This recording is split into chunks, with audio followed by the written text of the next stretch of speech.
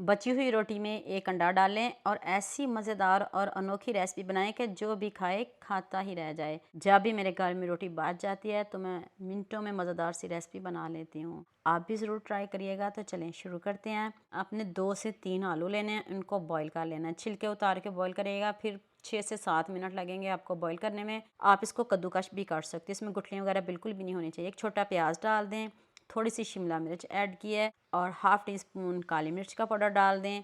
Half tea spoon ही आप इसमें chaat masala powder डालिएगा। अब आपने सब चीज़ों को बहुत अच्छे से मिक्स कर लेना है। तो ज़्यादा मसाले नहीं डालिएगा, ना मैंने इसमें मैदा डाला है, ना बेसन, ना कॉर्नफ्लोर, कुछ भी शामिल नहीं किया। आप भी कुछ शामिल ना करिएगा।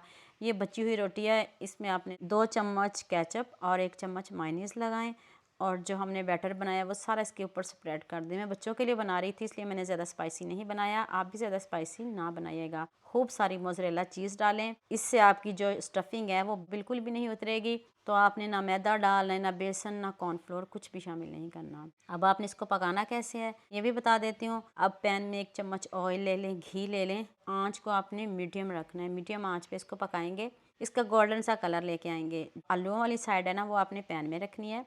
तो अब दोबारा से आपने इसके ऊपर एक अंडा डालना है और इसमें ज़्यादा मसाले नहीं डालने। हल्का सा मैंने इसके ऊपर नमक स्प्रिंकल किया है और साथ में चिली फ्लेक्स। दोबारा से मैंने मोज़रेला चीज़ ऐड की है। खूब सारी मोज़रेला चीज़ ऐड करें, तो इससे जो आपका अंडा है ना बहुत अच्छे से पक भी जाए, कच्चा तो बिल्कुल भी नहीं रहेगा। आप वीडियो पूरी देखिएगा। ऊपर से मैंने चिली फ्लेक्स स्प्रिंकल किया है। मैं कवर कर देती हूँ और मैं अभी आपको चेक करवाती हूँ इसकी लुक। तो आप मुझे जल्दी से ये भी बता दें मुझे किन किन मुल्कों और किन किन शहरों से देख रहे हैं। मुझे बहुत खुशी होती है जब आपके फेसबुक और यूट्यूब पर खूबसूरत से कमेंट पढ़ती हूँ। आप सबका खूबसूरत कमेंट करने का बहुत बहुत शुक्रिया और आप सबके लिए भी दिल से दुआ है मेरी, आप भी हमेशा खुश रहें और हमेशा मेरे साथ ऐसे जुड़े रहें। देखिए कितने अच्छे से पक गया है, कच्चा अंडा बिल्कुल भी नहीं है। आपने हल्की आंच पे बनाना है और ऊपर से कवर करके पकाइएगा, तो आपकी भी रेसिपी मज़े की बनेगी।